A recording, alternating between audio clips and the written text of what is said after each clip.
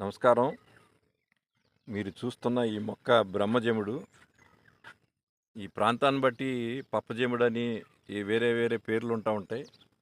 దీని కాయ చూస్తున్నారు కదా!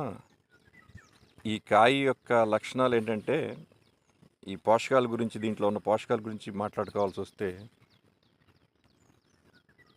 డ్రాగన్ ఫ్రూట్ అని ఈ మధ్యకాలంలో ప్రాచుర్యం పొందినటువంటి చైనా నుంచి దిగుమతి చేసుకున్నటువంటి మొక్కకి పోల్చుకుంటే కనుక డ్రాగన్ ఫ్రూట్లో ఉన్న పోషకాలు విలువ కన్నా కూడా దీంట్లో 1000 రెట్లు పోషకాలు ఉంటాయి అన్నమాట. ఇది భారతదేశంలో అంతరించిపోతూ ఉంది. ఈ మొక్కని మనం ఏ విధంగా అంటే, ఈ ముళ్ళు మనకి కనపడవు అనమాట.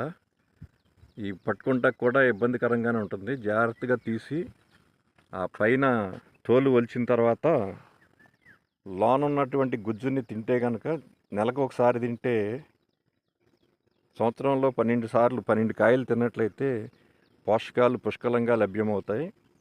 రెండో విధానం ఏంటంటే, ఇదే కాయని మన అరిచేతులకి కానీ పాదాలకు కానీ రాస్తే ఒంట్లో ఉన్న వేడిని మొత్తం లాగేస్తుంది. దానికి అంత శక్తి ఉందన్నమాట. అదొకటి. ఇంకొకటి, అది మన చేతికి రాసుకున్నప్పుడు మనకి ఎర్రగా గోరింతాకు పడినట్టుగా కూడా పండుతూ ఉంటుంది ఇది. సో ఎవరైనా పెంచుకోదలుచుకుంటే కనుక దీని విత్తనాలు తయారు చేసాము. ప్రతి ఒక్కళ్ళు ఇంటికి ఒకళ్ళు పెంచుకుంటే కనుక ఈ పిల్లలకి, రాబోయే తరాల వారికి మంచి పోషకాలు అందించినట్టు అవుతూ ఉంటుంది. Thank you.